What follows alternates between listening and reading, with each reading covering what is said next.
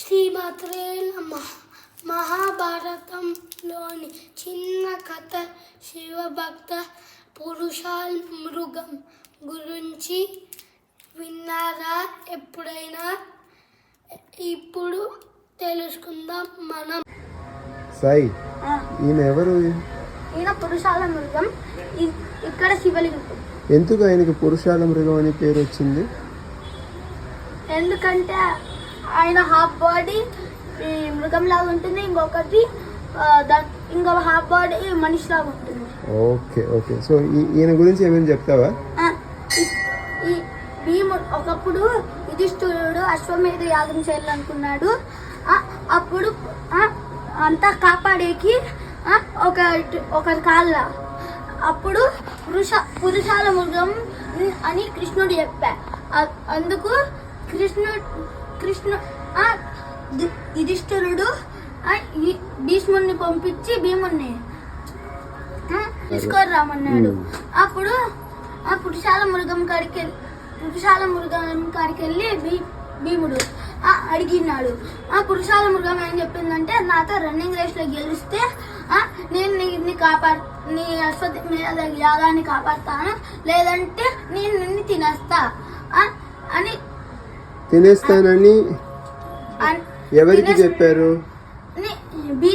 పురుషాల మృగం భీముడికి చెప్పా. అప్పుడు భీముడు కృష్ణుడిని సలహా అడిగిపోయినాడు. కృష్ణుడు 12 లింగాలు ఇచ్చి ఎప్పుడైతే పురుషాల మృగాలను అన్ని దాటేబోతుంటే ఒక శివలింగాన్ని కింద పడేయమన్నాడు. భీముడు సరే అని అట్లా పోయి రేస్ స్టార్ట్ చేసినారా. భీముడు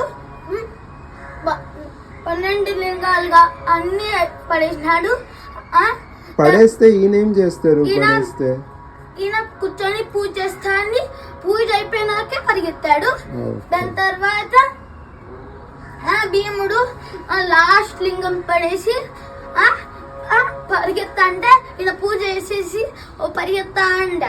భీముడు ఒక కాలు లోపలికి పెట్టి ఫినిష్ లైన్ లేక పెట్టేసి ఇంకొక కాలు బయట ఉంది. అప్పుడు పురుషాల మృగంని భీముడిని పట్టుకుంది. అప్పుడు భీముడు చెప్పా, నేను లోపలికి వచ్చేసా, నువ్వు నన్ను తినలేవు.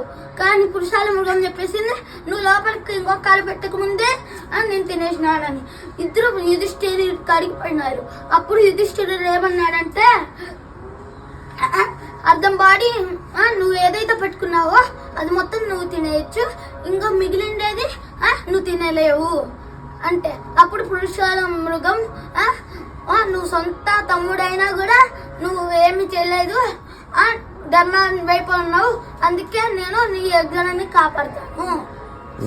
ఓకే. సో ఇది శివభక్త అయిన పురుషాల మృగం అని కథ. Okay, very good.